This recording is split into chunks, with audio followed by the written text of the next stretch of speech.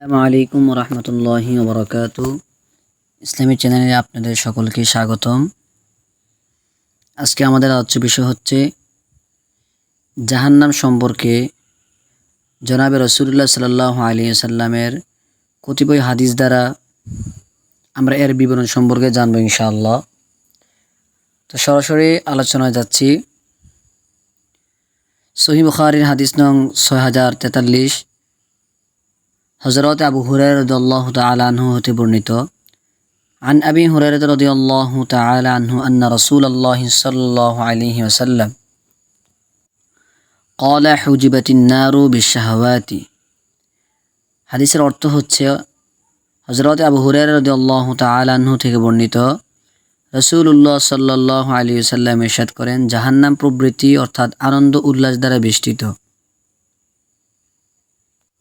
এখানে জাহান্নামের একটি মিসাল দেওয়া হয়েছে, উদাহরণ দেওয়া হয়েছে যে জাহান্নামীরা যে কাজগুলো করে তা তাদের নিকট অনেক আনন্দদায়ক হবে এবং প্রবৃত্তির অনুসারী করবে তারা, অর্থাৎ মন চাই জিন্দিগি তারা গঠন করতে চাইবে। টাকনুর নিচে কাপড় পরলে সেও জাহান্নামে যাবে সম্পর্কে হাদিস আবু হুরায়রা থেকে বর্ণিত।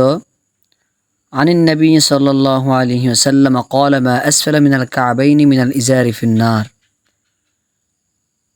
আল্লাহ হাবিব সাল্লাল্লাহু আলাইহি সাল্লাম ইরশাদ ফরমান, ইজারের অর্থাৎ লুঙ্গি, পায়জামা, প্যান্ট ইত্যাদি যেই পরিমাণ টাকনুর নিচে থাকবে সেই পরিমাণ জাহান্নামে যাবে।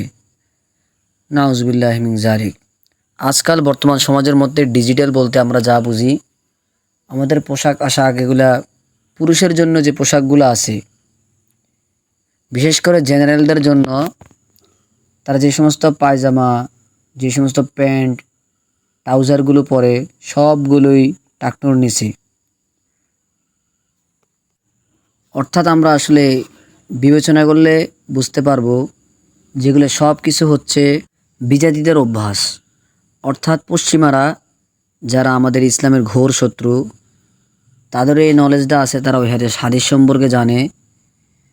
তো এই কারণে তারা মুসলমানদের ঈমানকে ধ্বংস করার জন্য, মুমিনদের ঈমান ধ্বংস করার জন্য যুবকদের জন্য নিউ ফ্যাশন যে আইটেমগুলো আছে এগুলো তারা এমনভাবে তৈরি করে যাতে করে মুসলমান যুবক যুবতীরা এবং ইয়াং জেনারেশনের যারা আছে তারা যাতে করে এটার প্রতি ধাবিত হয়ে যায়।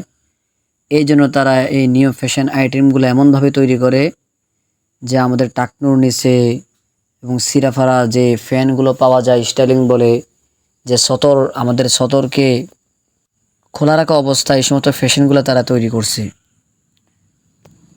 তো মহান রব্বে কারিমের দরবারে আমরা দোয়া করি আল্লাহ পাক রব্বুল আলামিন যাতে করে আমাদের এই বাংলাদেশ সহ পুরা জাতিকে, এই যুব সমাজকে ইহুদি খ্রিস্টান বিজাতিদের অভ্যাস থেকে, তাদের সাদৃশ্যতা থেকে আল্লাহ পাক রব্বুল আলামিন আমাদেরকে হেফাজত করেন।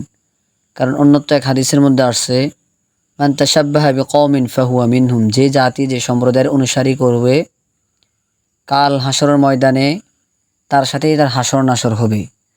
খুবই ভয়ানক একটি হাদিস। উম্মতে মুহাম্মদীদেরকে সতর্ক করা হয়েছে হাদিসের মাধ্যমে যে আমরা যত বিজাতিদের অনুসারী হব, যত আমাদের লেবাস বেশভূষা পশ্চিমাদের মতো হবে, তো এটা নিশ্চিত যে তারা জাহান্নামী। এই জন্য এটা জানার পর আমরা কখনো তাদের সাদৃশ্যতা অবলম্বন করতে পারি না। সেটা একজন মুমিনের একটি দায়িত্ব। قال النبي صلى الله عليه وسلم فقالت النار أوثرت بالمتكبرين والمتجبرين। আল্লাহর হাবিব ইরশাদ করেন, জাহান্নাম বলল, দাম্ভিক, অহংকারী ও পরাক্রমশালীদের দ্বারা আমাকে ভরে দেওয়া হয়েছে। নাউজুবিল্লাহ। এই অবস্থায় জাহান্নাম বলবে, ক্বালু লিজাহান্নাম হালিম তারাতি ওয়া তাকুলু হাল মিন মাজিদ। সে বলতে থাকবে, আরও আছে কি?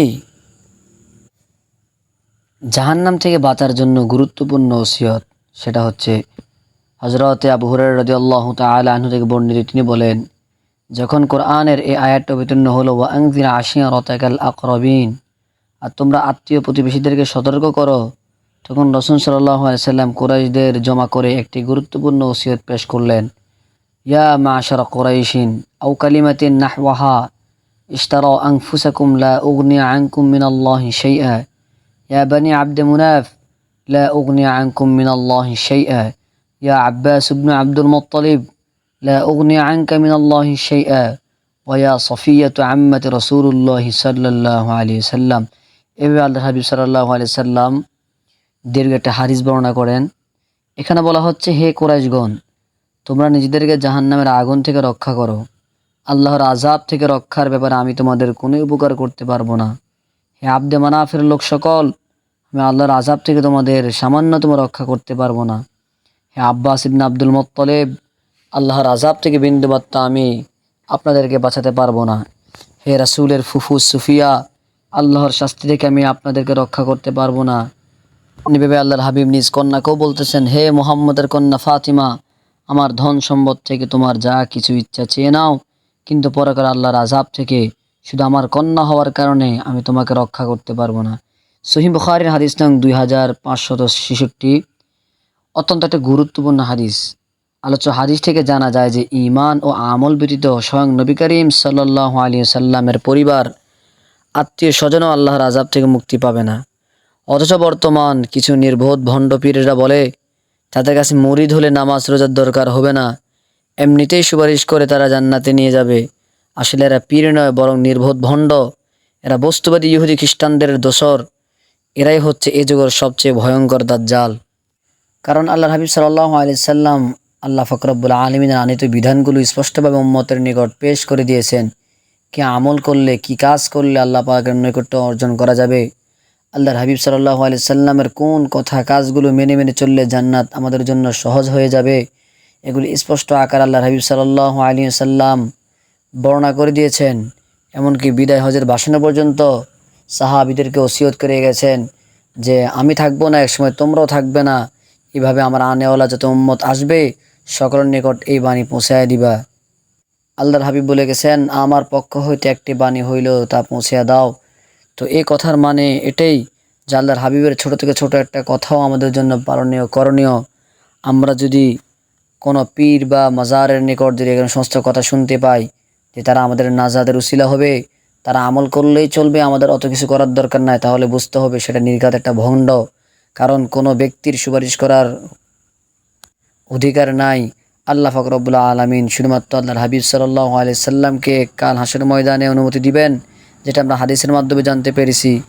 এমনকি এই অহংকার মানুষদের সম্পর্কে আল্লাহ পাক রব্বুল আলামিন ওই দিন কাল কিয়ামতের হাসরের ময়দানে বলবেন, আনাল মালিকু আইনা মুলুকিল আরদি, আজ আমি মালিক, দুনিয়ার বাদশারা কোথায়? যারা দুনিয়ার মধ্যে এমন রাজত্ব দেখিয়েছে, যারা নিজের অহংকারকে ফুটিয়ে ফুটিয়ে দেখিয়েছে।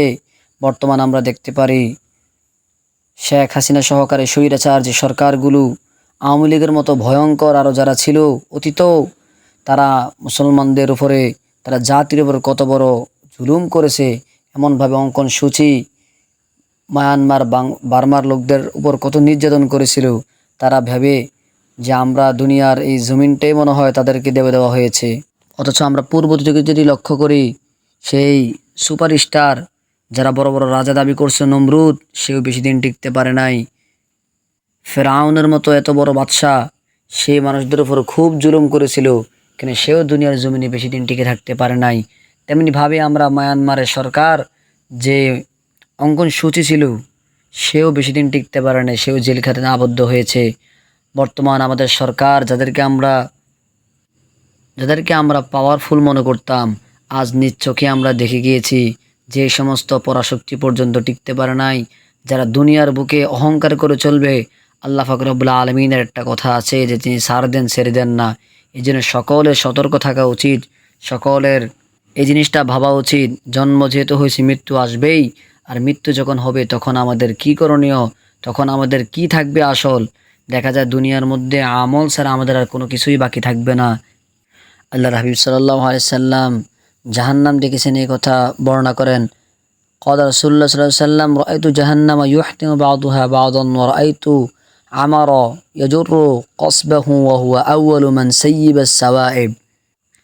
আমাদের আয়েশা রাদিয়াল্লাহু তাআলা আনহা বর্ণনা করেন, আল্লাহর হাবিব সাল্লাল্লাহু আলাইহি সাল্লাম ইরশাদ করেছেন, আমি জাহান্নামকে দেখেছি তার একাংশ অপরাংশকে ভেঙে ফেলছে, আর আমরকে দেখেছি সে তার নারী ভুঁড়ি টানছে, সেই প্রথম ব্যক্তি যে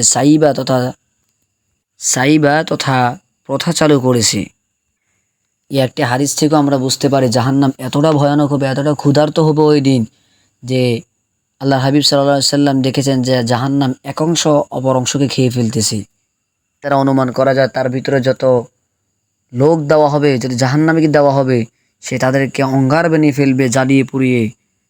আল্লাহ পাক রব্বুল আলামিন আমাদেরকে জাহান্নামের এই সমস্ত ভয়াবহতা এগুলো থেকে রক্ষা করুক। আমরা বেশি বেশি দোয়া করব, আল্লাহুম্মা আজিরনা মিনান নার, হে আল্লাহ তুমি জাহান্নাম থেকে আমাদেরকে রক্ষা করো। যদি তুমি এই আমল করো, ছোট্ট একটা আমল, হাদিসের মধ্যে আসছে যে আল্লাহুম্মা আজিরনি মিনান নার, এই সম্পর্কে বলা হয়েছে যদি তুমি এই আমল করো আর রাত্রে তোমার মৃত্যু হয়ে যায় তাহলে জাহান্নাম থেকে নিরাপদে থাকবে।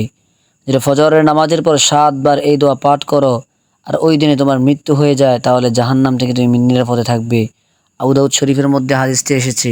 এই জন্য আমরা আমাদের আমলগুলোকে বাড়িয়ে দিব এবং শুদ্ধতা আমলগুলো বেশি বেশি করার চেষ্টা করবো ইনশাআল্লাহ।